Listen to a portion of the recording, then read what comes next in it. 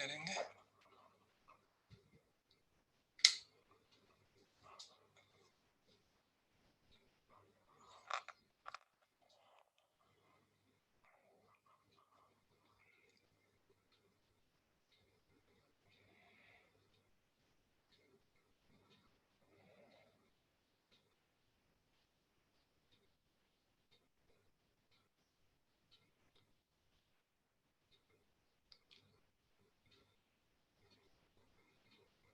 हम 5 खंडों को समझने का प्रयास कर रहे हैं। पिछला एक हफ्ता हमने रूप खंड को विभिन्न प्रकार से समझने का प्रयास किया। अब कुछ समय वेदना खंड,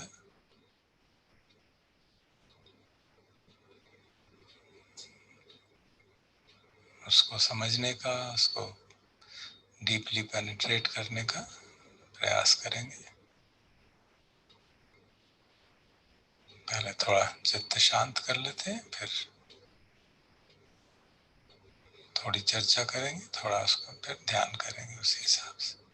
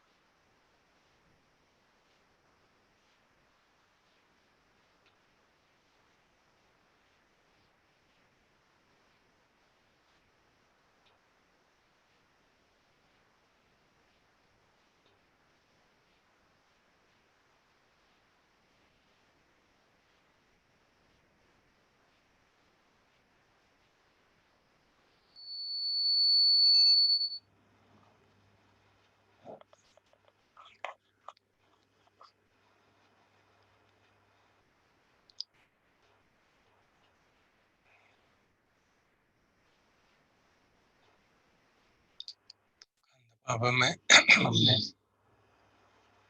पढ़ा था भगवान की जो इंस्ट्रक्शन थी, इति रूपं इति रूपस्य समुदयो इति रूपस्य अथंगमो इति वेदना समुदयो इति वेदनाय अथंगमो। इसी तरह बाकी खंडों के प्रति हम समझते हैं कि कैसे खंड की उत्पत्ति होती है और कैसे वो व्यय हो जाता है, अस्त हो जाता है।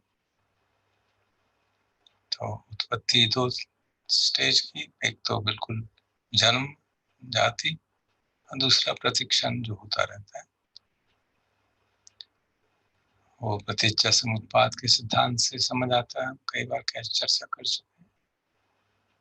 अविद्या पच्चय संखार, संखार पच्चय विज्ञान, विज्ञान पच्चय नाम रूपं।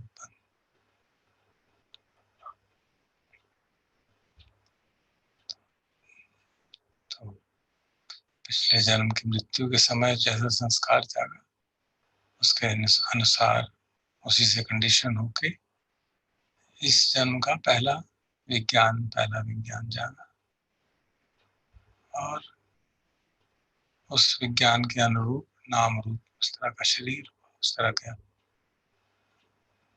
मेंटालिटी जागी और नाम रूप बच्चे सड़ा है तो उससे हमारी 6 इंद्रियां कंडीशन। हम मनुष्य रूप में हैं तो स्वाभाविक है कि पिछले जन्म की मृत्यु के समय एक अच्छा ही संस्कार जागा होगा, तभी मनुष्य का शरीर मिला, इंद्रियां मिली, सही सलामत इंद्रियां मिली।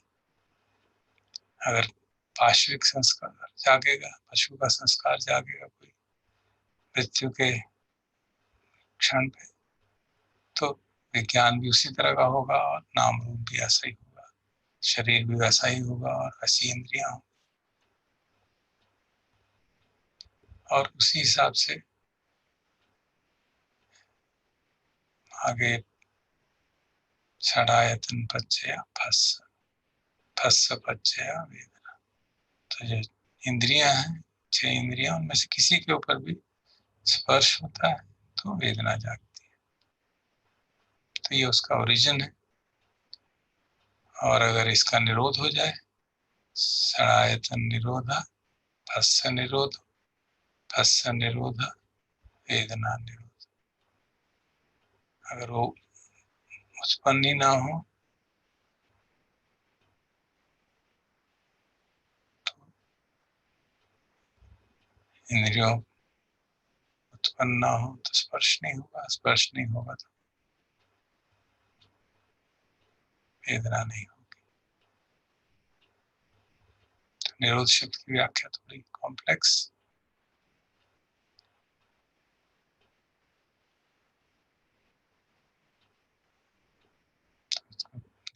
आगे तो यही समझेंगे वेदना का क्या मतलब है, स्पर्श का क्या मतलब है, फस्स पच्चया वेदना और षडायतन पच्चया फस्स, उसका अर्थ क्या है।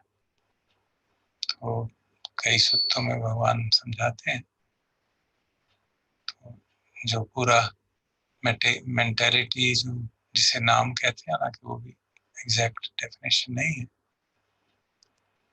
किस तरह से हमारे अरूप खंड उत्पन्न होते हैं। जैसे हर इंद्रिय के द्वार पे स्पर्श होता है, तो सबसे पहले तो ये समझना होगा हमें, जैसे चक्षु है, आंख है, चक्षुतपतिच्च रूपे च उपज्जति चक्षु विज्ञानम तिन्नम संगति फस्स फस्स पच्चया वेदना।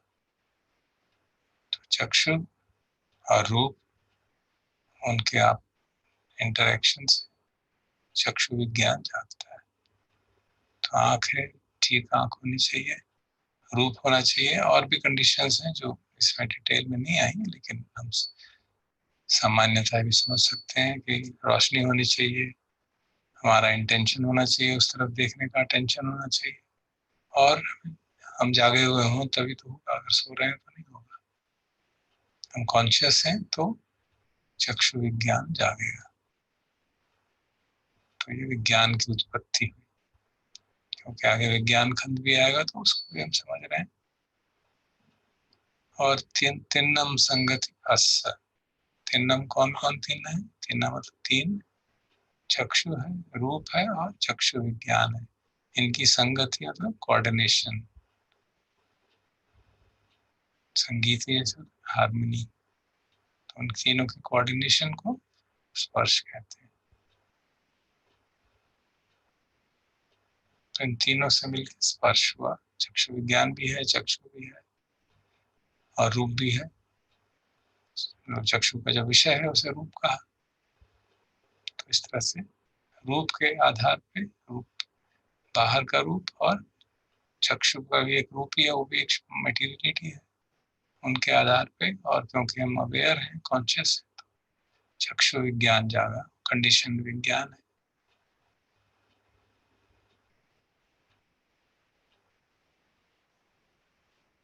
और उनका आपस में कोऑर्डिनेशन ठीक हो रहा है तो स्पर्श होगा, और फिर उस स्पर्श पे कहा गया उसको, और उस स्पर्श के आधार पर वेदना जागेगी। अर्थात जब भी आंख कुछ देखेगी तो हम लोगों को इंडिपेंडेंट न मालूम पड़े तो वेदना तो जागेगी। तो उसका क्या तात्पर्य हुआ, अर्थ हुआ?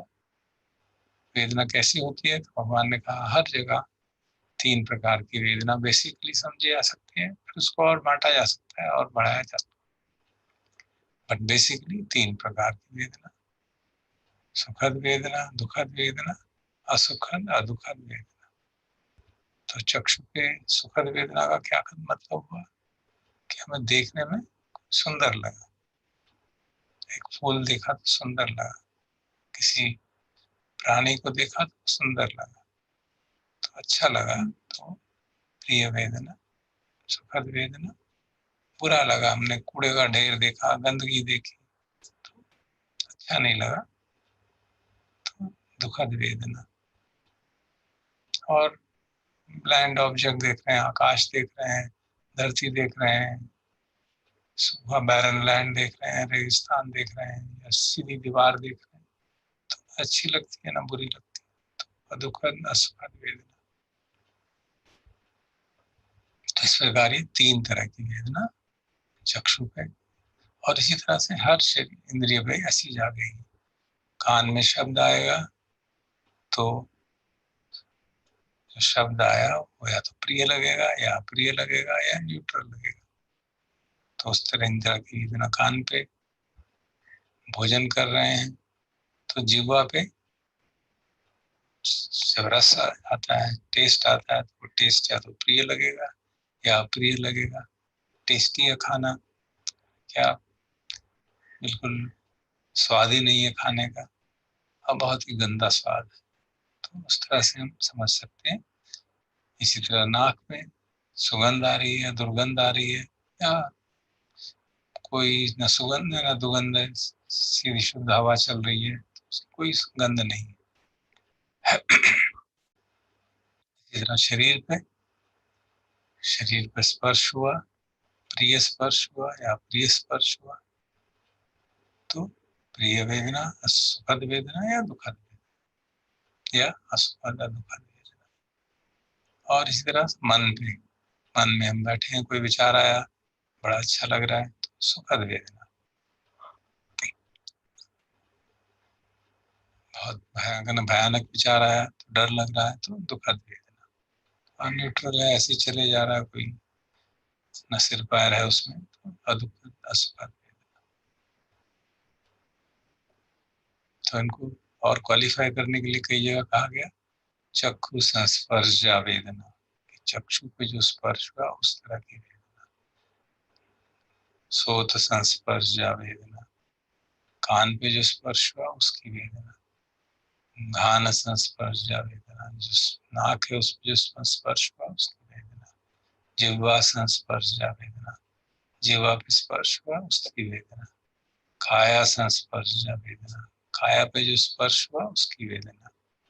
मनो संस्पर्श वेदना, मन पे जो स्पर्श होता है विचारों का, उससे जो वेदना जाती है।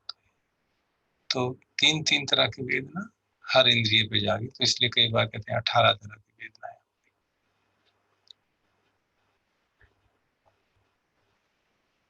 तो ये वेदना को हम देखें, क्या ये मेरी है, क्या ये मैं हूँ, क्या ये मेरी आत्मा है,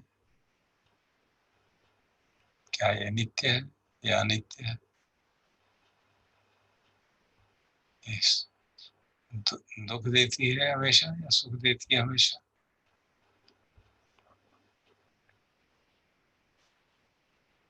क्या ये मैं हूँ या नहीं हूँ, क्या ये मेरी है या नहीं है, क्या ये मेरा सार है या नहीं है। तो इस प्रकार से जैसे हमने रूप का इन्वेस्टिगेशन किया, वैसे ही वेदना का इन्वेस्टिगेशन। तो जो हम साधना सामान्यता करते हैं आंख बंद करके, तो रूप तो दिखेगा नहीं, कोई स्मेल नहीं होती, हाँ शब्द सुनाई देते तो उसको हम देख सकते हैं, और काया पे स्पर्श होता रहता है। काया के अंदर और भीतर जैसे जैसे मन हम सजग हैं, जागे हुए हैं, तो जो भी स्पर्श हो रहा है काया के अंदर, इतनी कॉम्प्लेक्स केमिकल बायोकेमिकल रिएक्शंस हो रहे हैं, तो कुछ ना कुछ वेदना जागती रहती है जो हमें महसूस होती रहती है उस स्पर्श के कारण। तो वो काया संस्पर्श वेदना।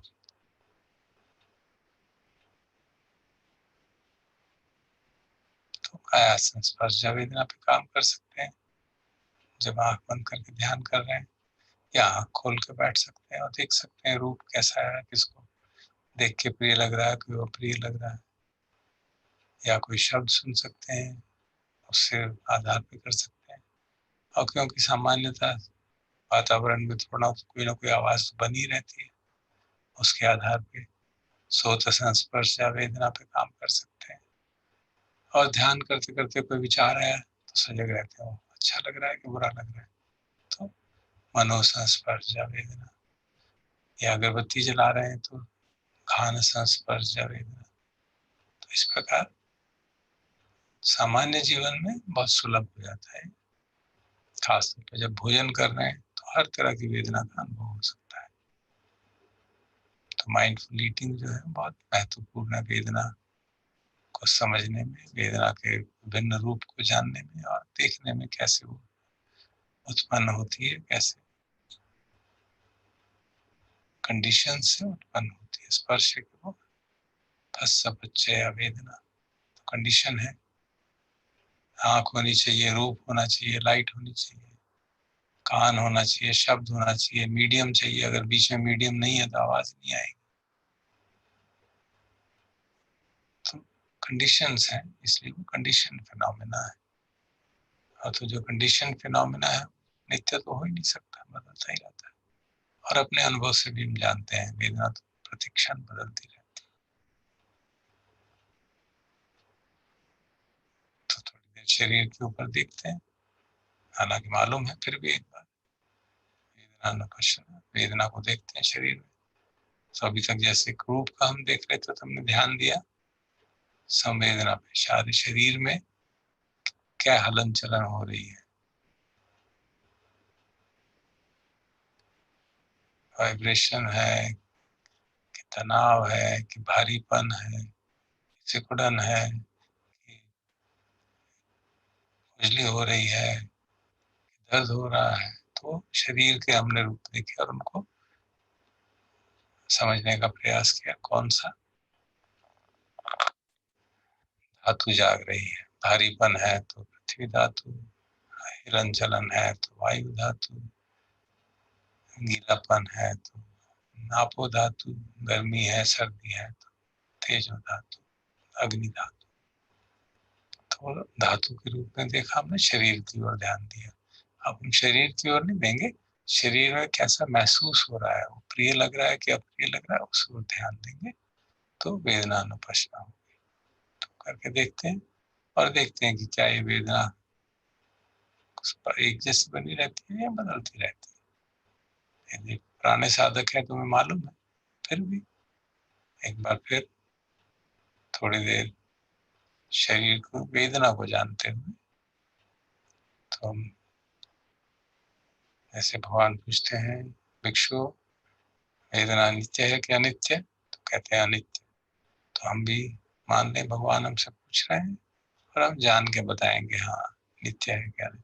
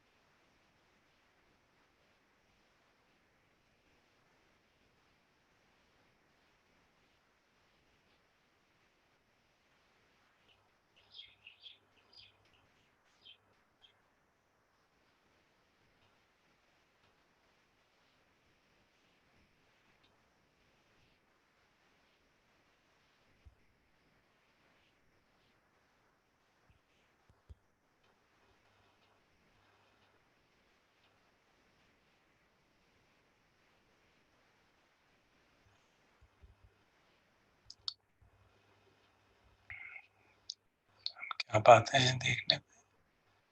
हालांकि ये कहा जाता है कि वेदना सुखद है, दुखद है, असुखद है, दुखद है, 3 तरह की है। तो अगर हम असुखद और दुखद को न्यूट्रल मान लें एक तरह से, तो बीच में उसको मान लें, एक तरफ दुखद वेदना, एक तरफ सुखद वेदना। तो हम देखते हैं कि ऐसा नहीं है कि सुखद वेदना एक ही जैसी होंगी, उसके बहुत सारे शेड्स हैं।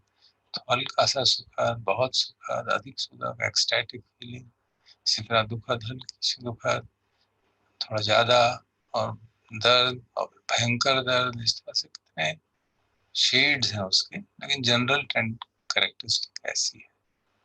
तो अच्छा नहीं लग रहा है बेसिकली। हम कहते हैं मुझे अच्छा नहीं लग रहा है, इसका मतलब दुखद वेदना हो रही है। किस कारण से? कभी मन के हिसाब से, कभी शरीर पे, कभी किसी इंद्रिय पे। तो हम ये देख सकते हैं कि कितने ग्रेड है। और जो न्यूट्रल सेंसेशन है वो बिल्कुल न्यूट्रल हो, बहुत कम होता है। उसको ध्यान से देखेंगे तो उसमें कहीं ना कहीं या तो थोड़ा उसके प्रति अवर्शन है, या थोड़ा उसके प्रति क्रेविंग है। तो पता चल जाता है कि ये तो थोड़ी सी न्यूट्रल जैसी है, लेकिन थोड़ी सी उसमें दुखद वेदना भी है, या न्यूट्रल है, थोड़ी सुखद वेदना है, या बिल्कुल न्यूट्रल है, हमें पता ही नहीं चल रहा। ठीक है, जैसा है सो है।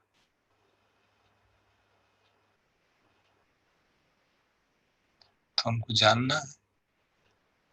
और बहुत महत्वपूर्ण, क्योंकि अग्नि कड़ी प्रतीच्य समुत्पाद की है, वेदना बच्चे आता ना। अगर प्रज्ञा नहीं है, वेदना को अनित्य नहीं समझा है, तो तृष्णा जागेगी और दुख जागेगा। तो इसलिए वेदना को समझना महत्वपूर्ण, जानना महत्वपूर्ण, और स्पष्ट है कि वो अनित्य है। थोड़े समय में ही हम पुराने साधक हैं सब, थोड़े ही समय में मालूम पड़ जाता है, देखो बदल रहा है, प्रतिक्षण बदलता रहता है। अब बदलने का मतलब ये नहीं कि पूरा हम वेट कर रहे हैं कि वो समाप्त हो जाए। उसकी इंटेंसिटी बदलती रहती है, उसका टोन बदलता रहता है, हलन चलन होती रहती है, वाइब्रेशन हो रही है, तो स्पष्ट है वो राइजिंग पासिंग तो उसके अंदर है ही है, वाइब्रेशन के अंदर।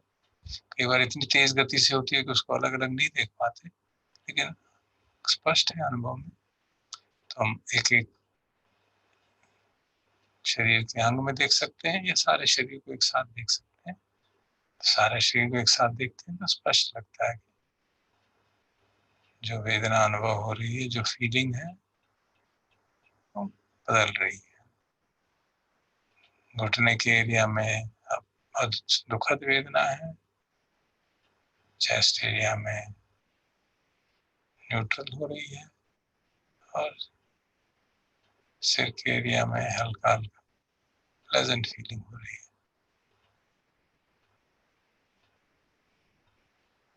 और ये भी बदलती रहती है। थोड़ी देर में देखेंगे कहीं कुछ, कहीं कुछ, कहीं कुछ, कहीं कुछ। जब भगवान पूछते हैं भिक्षु, या यूं कहे साधु को, वेदना नित्य है कि अनित्य, तो हम भी उनको मान लें कि हम सही पूछ रहे हैं। तो हम अपने अनुभव के आधार पे कह सकते हैं अनित्य है बंधे। तो फिर पूछते हैं जो अनित्य है, क्या वो सुख है, दुख है? उसका तात्पर्य पूछने का, क्या वो सेटिस्फैक्टरी है या अनसेटिस्फैक्टरी है, इन द सेंस ऑफ निरंतर हमको सुख दे सकता है या नहीं। तो स्पष्ट है कि निरंतर कभी नहीं दे सकता। वेदना, कोई भी वेदना हमेशा हमको सुख ही देगी ऐसा नहीं होता। वो सुख सिर्फ काया स्पर्शा वेदना की बात नहीं है, बाकी अंगों पे जो वेदना हो रही है उसकी भी बात देख सकते हैं। कितना ही अच्छा भोजन खा रहे हैं, शुरू में बहुत अच्छा लगेगा, धीरे धीरे उसका टेस्ट में जो अच्छा लग रहा था वो कम होना शुरू हो जाता है। वही भोजन कर रहे हैं, लेकिन भूख कम हो गई, और अगर भूख खत्म हो गई, पेट भर गया, और फिर कोई कहे और खा लो, तो खाना एक कष्ट देता है। तो वही चीज जो हमें सुख दे रही थी शुरू में, थोड़ी देर बाद दुख देने लगी, दुखद वेदना होने लगी। तो ये हमारे अनुभव में स्पष्ट आता है। उसको हम इन्वेस्टिगेट करते हैं तो देखते हैं हाँ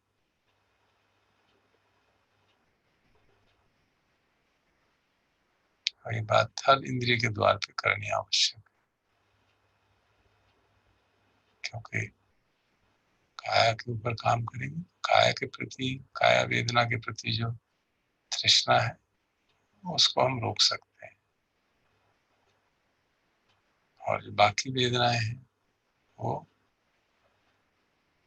कुछ चीज सुंदर लग रही है उसके प्रति अगर हम सजग नहीं रहेंगे तो तृष्णा जगा देंगे, और तृष्णा जगाएंगे तो उस तृष्णा का असर शरीर पर होता है, हमें मालूम पड़ेगा शरीर में।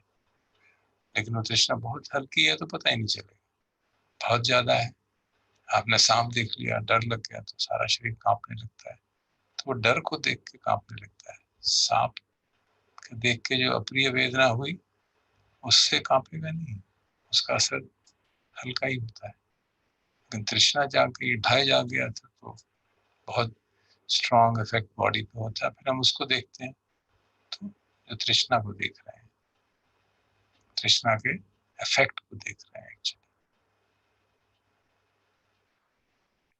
वेदना देखनी है तो वहीं पे उस जिस इंद्रिय पे स्पर्श हो रहा है वहां कैसा महसूस हो रहा है उसको देखना है।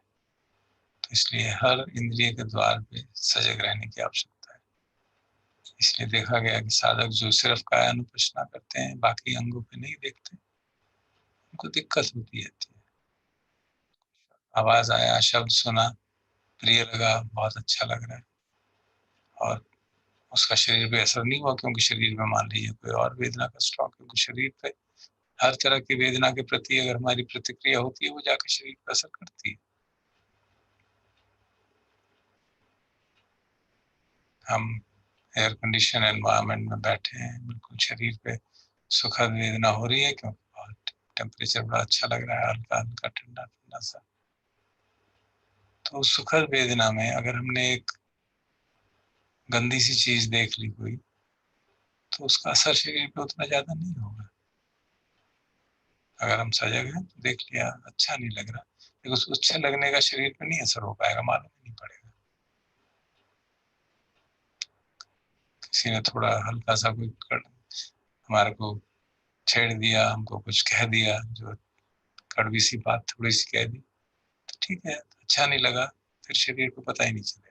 हाँ, कोई बहुत भयंकर बात कहेगा तो गुस्सा आ गया तो शरीर पर असर पड़ने लगेगा। यार ये सब हमको वेरीफाई करना चाहिए, मैं बता रहा हूँ अपने अनुभव से। तो आप सब please verify during your day time, ताकि स्पष्ट हो कि वेदना क्या है, कैसे उसका अफेक्ट होता है, और वेदना को जानने का क्या लाभ है।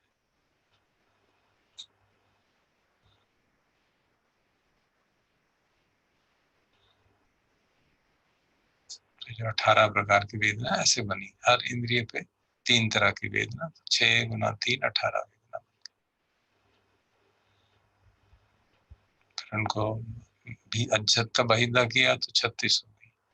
फिर उनको भूतकाल की, भविष्य की, इस समय की किया तो 108 हो गई। इस तरह से सूत्रों में अलग अलग नंबर आते हैं, तो हमको उससे कंफ्यूज नहीं होना चाहिए, समझना चाहिए उसकी बेसिस क्या है। 3 वेदनाएं 18 कैसे हो गई, 36 कैसे हो गई, 108 कैसे हो गई। भगवान ठीक ठीक बताते क्यों नहीं है 3 है कि 108 है, ऐसा नहीं।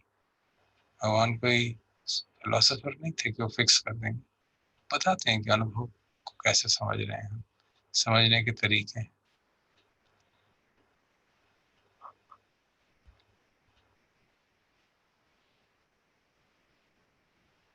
तो इतना को जानेंगे, अनित्य है, दुख है, दुख का मतलब अनसेटिस्फैक्ट्री।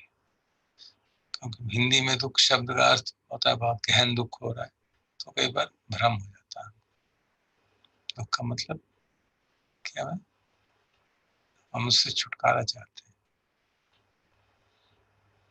उस परिस्थिति से, उस वेदना से छुटकारा चाहते हैं।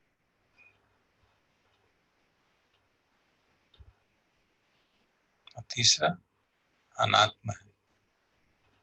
अनात्म अर्थात जैसे रूप में हमने समझा, मेरी नहीं है, मैं नहीं हूँ, मेरी आत्मा नहीं। आत्मा वाली बात पहले कर ली, क्योंकि स्पष्ट आत्मा का मतलब कि सार है, इसमें कोई एसेंस है, अनचेंजिंग है। अनचेंजिंग नहीं है तो आत्मा हो ही नहीं सकती, तो इसलिए उसको हम ऐसे ही डिस्कार्ड कर सकते हैं बगैर ज्यादा उसमें फिलॉसफी लगाए। तो क्या ये मेरी है, क्या ये मैं हूँ, इसमें काफी भ्रम होने की संभावना है। शरीर में दर्द हो रहा है तो दर्द तो मुझे ही हो रहा है ना, और क्या हो रहा है, तुम्हें तो नहीं हो रहा। ये तुम म्यूजिक सुन रहे हो, मुझे तो बहुत बुरा लगता है, तुम्हें अच्छा लगता होगा, मेरे को तो बहुत अप्रिय लगता है। बंद करो इसको। घर का दूसरा सदस्य कहता है नहीं बहुत अच्छा लग रहा है मुझे,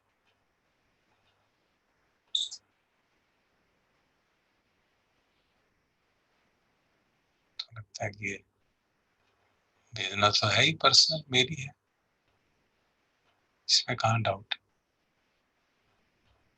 तो इन्वेस्टिगेट करें, हम सब इन्वेस्टिगेट करें पहले, इंडिपेंडेंटली देखें, क्या हमें मालूम पड़ता है। क्या भगवान कहते हैं ना, हर हर अनंत लखन सूत्र में हर खंड के बारे में कहा कि जब वो ठीक से देखता है उसको तो समझता है, जानता है, क्योंकि वो अनित्य है, क्योंकि वो दुख है, तो इसका मतलब वो अनात्मा है, मेरी आत्मा नहीं है, मेरा सेंस नहीं है। और उसके व्याख्या क्या है, नहीं तद्मम, नहीं स्वयमस्मि, न मे स्व अर्थात। ये फॉर्मूला हमको याद कर लेना चाहिए।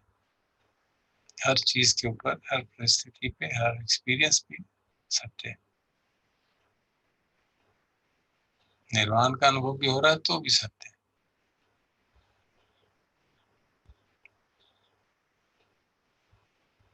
नहीं तद्मम, ये मेरा नहीं है। नहीं स्वयं अस्मि, ये मैं नहीं। नहीं स्वयं अर्थाति, ये मेरी आत्मा नहीं है, मेरा सार नहीं है, इस चीज में कोई सार नहीं।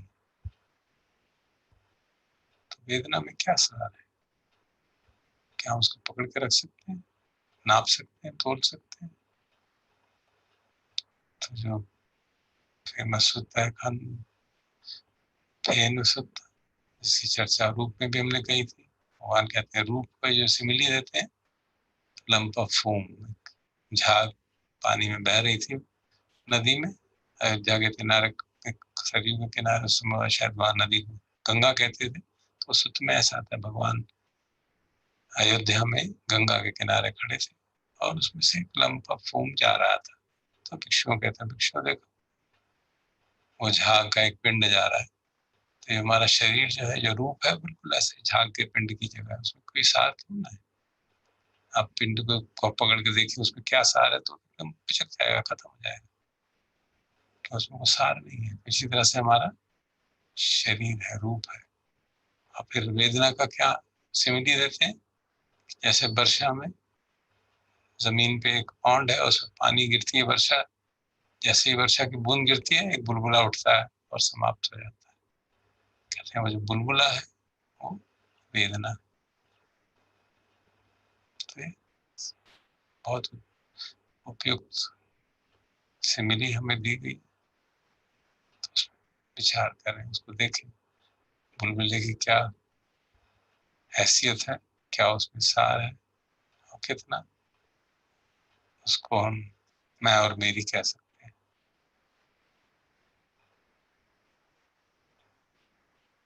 तो थोड़ी देर शांत बैठ के देखते हैं, फिर शाम को चर्चा करेंगे और डिटेल समझने के लिए।